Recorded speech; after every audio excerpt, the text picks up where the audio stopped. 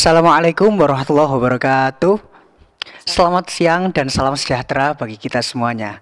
Kami ucapkan selamat datang di acara Dokter Uner TV edisi program Dokter Edukasi.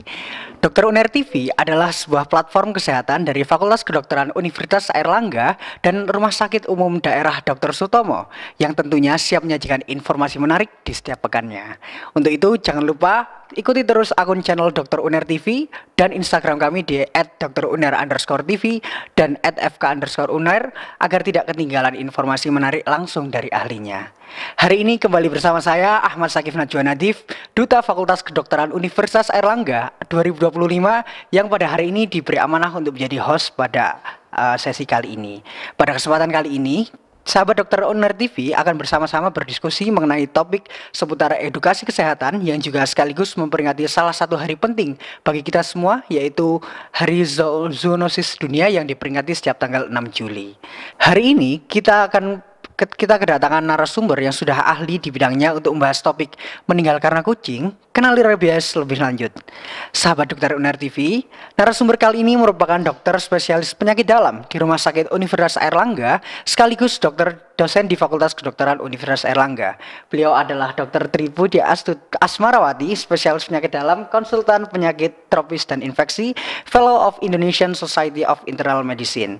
Tanpa berlama-lama lagi, langsung saja kita mulai sesi pada hari ini. Selamat siang dokter, bagaimana kabarnya hari ini? Alhamdulillah. Alhamdulillah. Kalau boleh tahu kesibukannya pada hari ini ngapain aja nggak dok?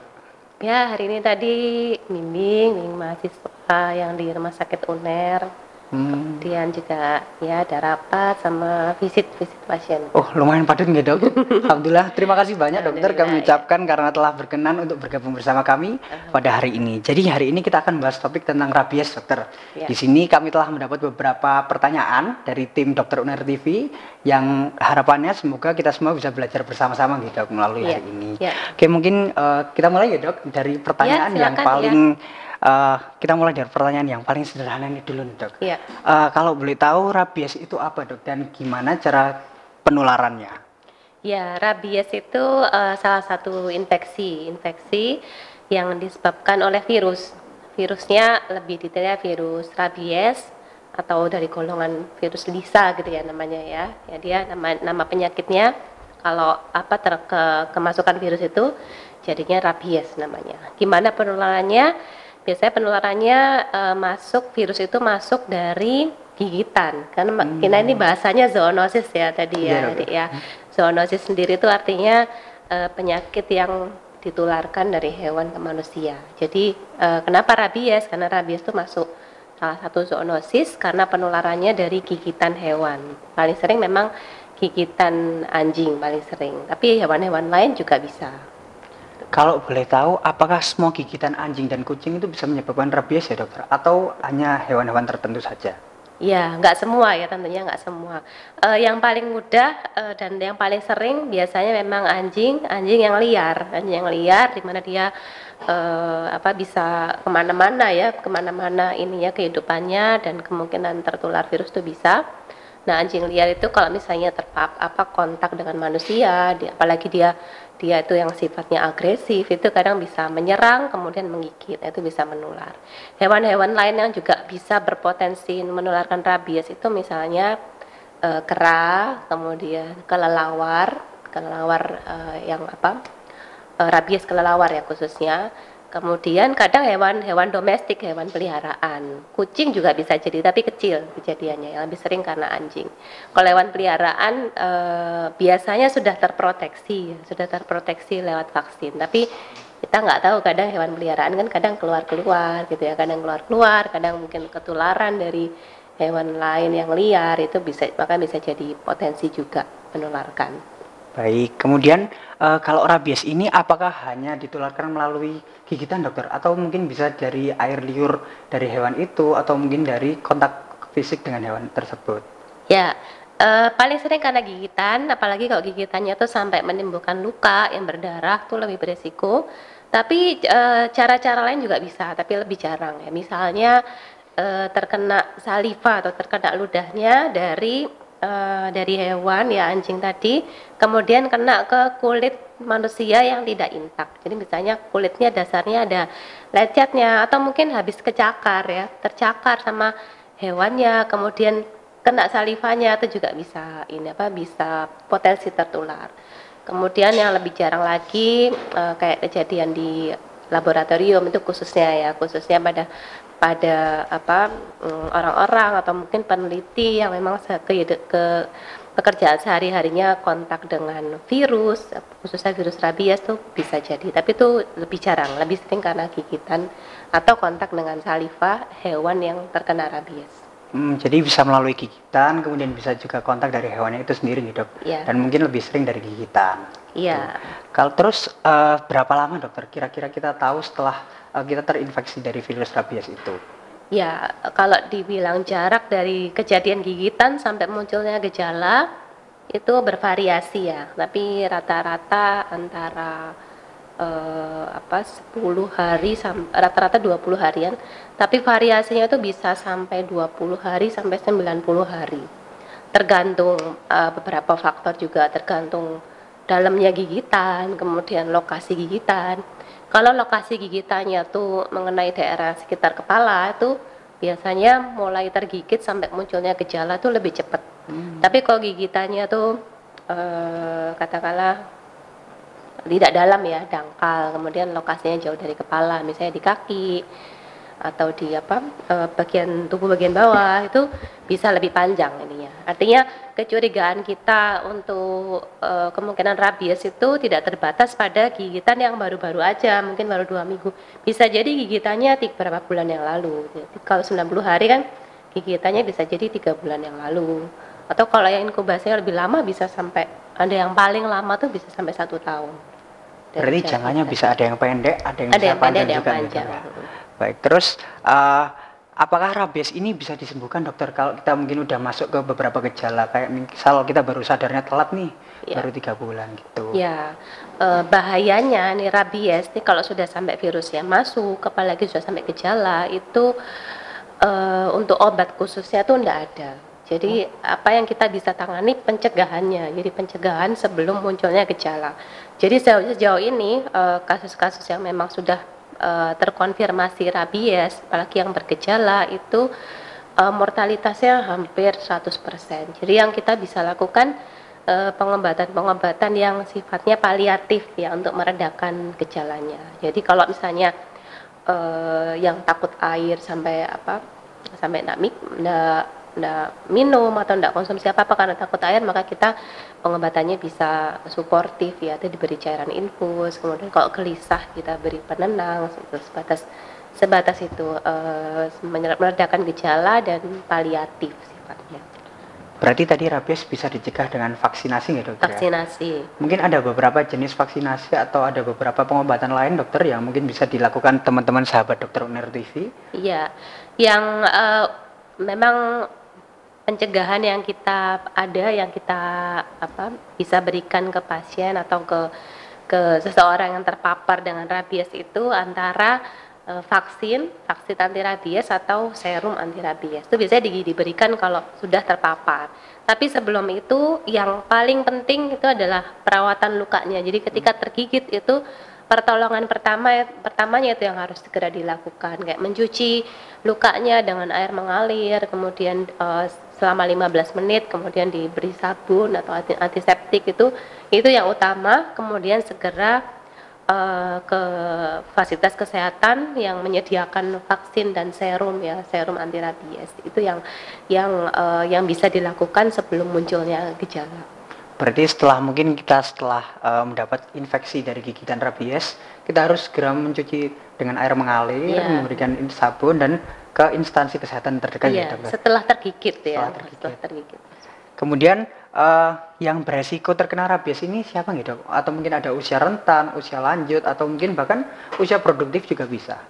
Ya, kalau dari siapa aja yang rentan tentunya yang aktivitas sehari-harinya kontak dengan hewan liar ya tentunya. Kalau hewan liar itu misalnya terbatas tidak sampai ke lingkungan pemukiman, ya mungkin terbatas pada beberapa pekerja yang mungkin aktivitasnya di alam liar itu berpotensi. Tapi karena mengingat tadi hewan domestik juga bisa, kalau hewan domestiknya belum divaksin atau hewan domestiknya ternyata sakit, itu juga bisa aja terpapar. Sama yang memang yang lebih jarang adalah misalnya yang bekerja di laboratorium yang memang untuk meneliti atau menangani seputar virus itu, atau dokter hewan itu bisa ya lebih berpotensi, lebih beresiko gitu ya. Ini kebetulan kan saya sendiri juga salah satu pencinta hewan ya dok. Iya. Jadi saya mungkin dari sini agak takut. Jadi gimana dokter cara membedakan kita antara hewan yang sudah terinfeksi rabies sama hewan yang masih sehat? Ya, kalau hewan peliharaan itu memang kecil resikonya ya. Apalagi kalau hewannya itu masih yang normal-normal ya, maksudnya masih manja-manja gitu ya sama manusianya, nggak yang agresif gitu. Yang paling jelas gejalanya hewan ini sakit ya, yang paling jelas misalnya dia agresif. Ya dari yang awalnya jinak tiba-tiba nyerang. Kemudian ada gejalanya rabies itu kan selain agresif ada yang tipe diem itu ya nggak kayak biasanya. Kok biasanya aktif jalan-jalan, dia diam aja atau mungkin ada yang lumpuh. Nah itu perlu diwaspadai kalau hewan peliharaan kita sakit. Mungkin kalau tadi kan pencegahannya dari kita ya dok, diberikan imunisasi. Namun kalau dari hewannya sendiri, apakah mungkin hewan peliharaan kita juga mendapat imunisasi untuk preventif dari rabies ini ya dok? Ya sebaiknya perlu ya, apalagi misalnya hewannya tuh tidak hanya di rumah, misalnya dilepas dia boleh kemana aja. Nah kan kita nggak tahu dia ketemu sama siapa aja. Nah sebaiknya memang terproteksi. Itu bisa dikonsultasikan ke veterinernya ya atau ke dokter hewannya untuk vaksin apa yang perlu untuk melindungi hewan peliharaannya, juga untuk melindungi kita juga. Lanjut kita masuk ke sesi mitos atau fakta nih dok. Jadi ini ada beberapa yang kalau katanya orang itu gini dokter. Ternyata apakah ini kita di sini mau membuktikan apakah katanya itu benar atau enggak gitu dokter. Iya. Ini ada beberapa pertanyaan. Yang pertama, rabies hanya ditularkan oleh anjing dan kucing. Itu berarti mitos ya dokter? Berarti mitos ya. Mitos, Tadi kita udah bahas ada bahas. beberapa hewan lain yang juga bisa menularkan ya, kayak kera, terus kelelawar gitu. Itu jadi bisa, nggak hanya anjing atau kucing bisa yang lain. Berarti juga, walaupun kebanyakan anjing dan kucing, tapi juga bisa dari hewan-hewan lain. Kemudian rabies hanya bisa ditularkan melalui air liur ke luka yang terbuka. Itu berarti itu fakta. Kalau pertanyaan tidak, atau kalau pertanyaannya hanya ditularkan, ya artinya ada cara lain yang bisa menularkan ya. Tapi kalau dari saliva ke luka yang terbuka itu bisa menularkan. Kalau dari saliva ke kulit yang utuh itu enggak. Kan kadang anjing ada yang suka jilat-jilat gitu ya. Tapi kalau kulitnya utuh ya enggak menular. Kalau ini dokter, hewan tampak sehat setelah menggigit berarti tidak berbahaya.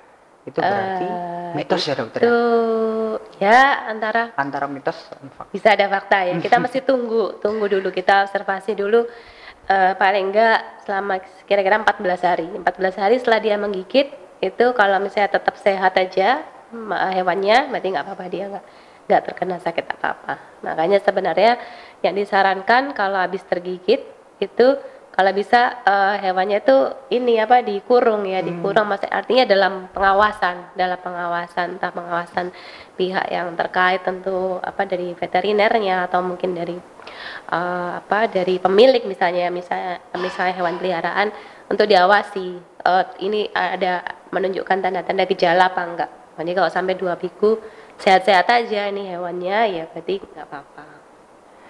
Kalau ini dokter, ada 2 pertanyaan lagi. Setelah gejala rabies muncul pada manusia, peluang sembuhnya itu katanya hanya kecil dokter. Kemungkinan susah untuk sembuhnya itu. Ya, nah itu fakta. Itu fakta. Itu ya berita tidak baiknya gitu. Jadi kalau begitu kena, apalagi sampai muncul gejala, itu memang case fatality rate-nya sangat tinggi, hampir 100%.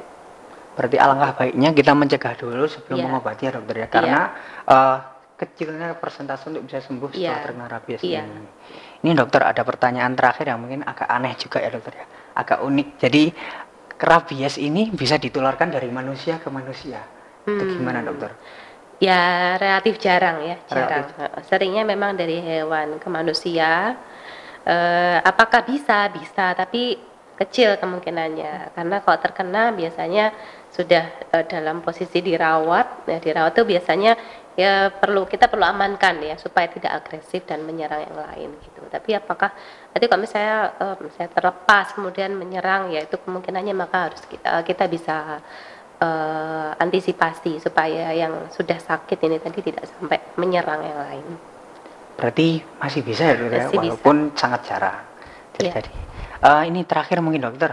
Jadi mungkin ada pesan-pesan buat sahabat dokter UNER TV yang di rumah. Jadi mungkin boleh dokter disampaikan kayak kira-kira apa hal yang harus diketahui dan apa hal yang harus dilakukan teman-teman saat ini. Ya, jadi mengenai rabies ini tadi karena kita sudah diskusikan bersama bahwa angka kematiannya itu sangat tinggi, maka pentingnya mengenali sejak awal dan waspada. Apalagi penularannya adalah melalui gigitan hewan. Maka apabila terjadi atau mengalami gigitan hewan, terutama hewan liar, maka segera memeriksakan diri di fasilitas kesehatan untuk mendapatkan vaksin anti rabies atau serum anti rabies gitu. Terutama kalau gigitannya sampai berdarah gitu. Dan mungkin himbauan juga untuk yang yang memiliki hewan peliharaan mungkin bisa disarankan untuk mendapatkan vaksin. Baik, mungkin cukup sekian ya dokter dari sesi hari ini. Alhamdulillah teman-teman kita telah mendapat banyak sekali ilmu dari dokter Tri seputar tentang rabies. Jadi mungkin semoga ilmu-ilmu yang telah beliau sampaikan bermanfaat bagi kita semuanya dan kita semua juga bisa terhindar dari penyakit rabies dan penyakit-penyakit lainnya. Untuk itu, untuk teman-teman semua sahabat dokter UNER TV yang di rumah, jangan lupa untuk ikuti terus keseruan dokter UNER TV di channel YouTube dokter UNER TV dan Instagram kami di @dokteruner_tv dan @fk_unair agar tidak ketinggalan informasi menarik langsung dari ahlinya sehingga kita bisa mendapat ilmu yang bermanfaat. Mungkin cukup sekian, sekali lagi kami sampaikan banyak terima kasih dokter atas waktunya, semoga bermanfaat. Tetap jaga kesehatan dan selalu semangat beraktivitas. Saya Ahmad Sakif Najwa Nadif, Duta Fakultas Kedokteran Universitas Airlangga, selaku host pada hari ini mengucapkan banyak terima kasih dan sampai jumpa di episode Dokter UNER TV selanjutnya.